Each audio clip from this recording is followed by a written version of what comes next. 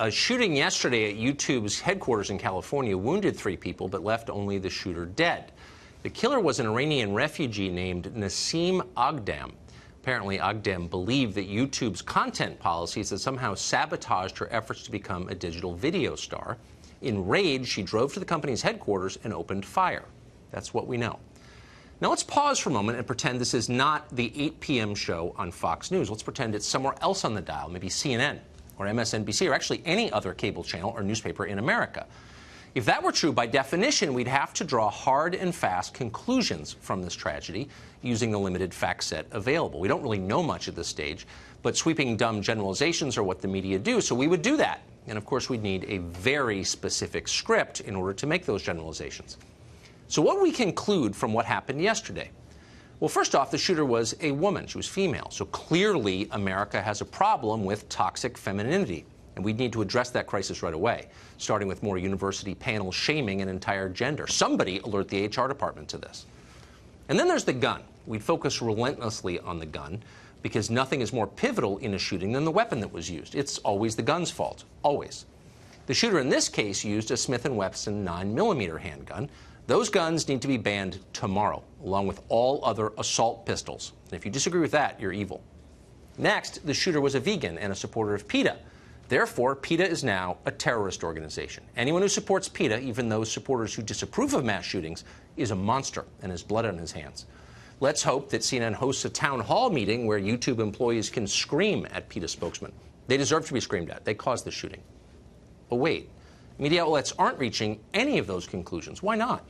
Well, because there's no obvious way to use this shooting to advance the objectives of the Democratic Party. So the media will stop talking about it soon. That's how corrupt they are. They're also incredibly stupid, especially on the subject of firearms. The people yelling at you about guns on television aren't sure what end the bullet comes out of. They're kids, they're children, with all the ignorance and moral certainty of 5th graders. We could show you a million examples of that because they're everywhere. But here's the most amusing one we've seen recently. It happened yesterday. This is MSNBC's resident genius, Nicole Wallace, mistaking the opening of a soda can for gunfire. Watch. Steve Schmidt, I always go back to the horror of 9/11 and the complete reliance. You know, we are in our tribes, we're in our corners most of our lives. I think we just heard some gunshots. Should we listen to that for a second, control room? Is that not gunshots? Okay. Not gunshots? No, Nicole, not gunshots. Pretty funny. But be certain to listen very carefully as she lectures you about the Second Amendment, because she knows a lot about it. Pete Hegseth is Fox & Friends weekend host. He's a former member of the U.S. military, a decorated one, and he joins us tonight. So, Pete, it's a pretty simple question. We kind of know the script. We know the way these things unfold, how they're analyzed in the press. We draw sweeping conclusions from a pretty limited set of facts. You're not hearing that tonight. You're not hearing the other channels say toxic femininity is a threat to America. Why is that? Well, of course you're not. Wrong bad guy, Tucker. Wrong bad guy. Female of Iranian descent. She's a fitness buff. She's a vegan. She's a PETA member. Not an NRA member. Not a Trump supporter. Not a member of the NRA. And as a result, doesn't fit the very convenient narrative. And as a result, it's silence, Tucker. I mean, it is NBC, CBS, negligent coverage. ABC, glancing blow. NBC said she's apparently an animal rights activist. They're moving away from this as quickly as they can with almost...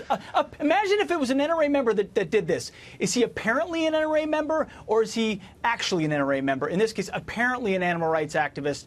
But no judgment or blood on the hands of a PETA member, always blood on the hands of an NRA member, because it would be absurd to me to define an entire population as violent because they believe in animal rights, just like it's absurd to believe an entire population of Second Amendment supporters believes in violence because they support our rights. So I'm a little confused here. So what you're suggesting, and my producer just said in my ear, he's watching the other channels, none of them are covering this right now, that the coverage of gun crimes really isn't an effort to reduce the number of gun crimes.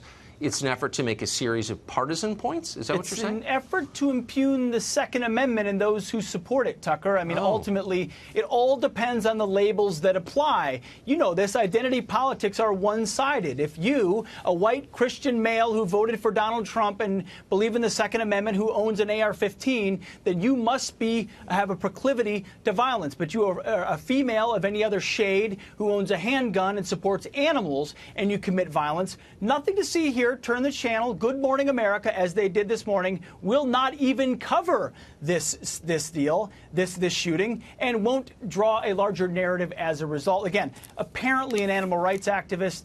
This is what the modern media has turned into, cheerleading for a cause, which is taking away our guns, which is exactly what we know they want to do, as opposed to reporting the news and then moving on if it's not relevant. It doesn't sound like journalism. It does seem to me that it crosses a line when it moves from attacking the president personally. They don't like Trump. I get it. He doesn't like them, by the way. Sure.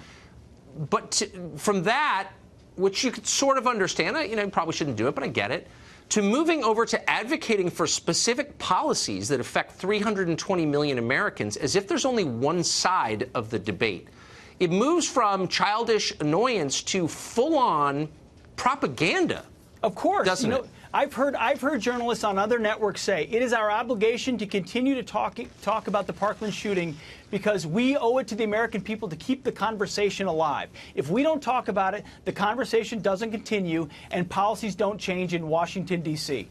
If that doesn't sound like activism, I don't know what is. I mean, it's your job to report the news that is relevant, and a mass shooting is, of course, relevant.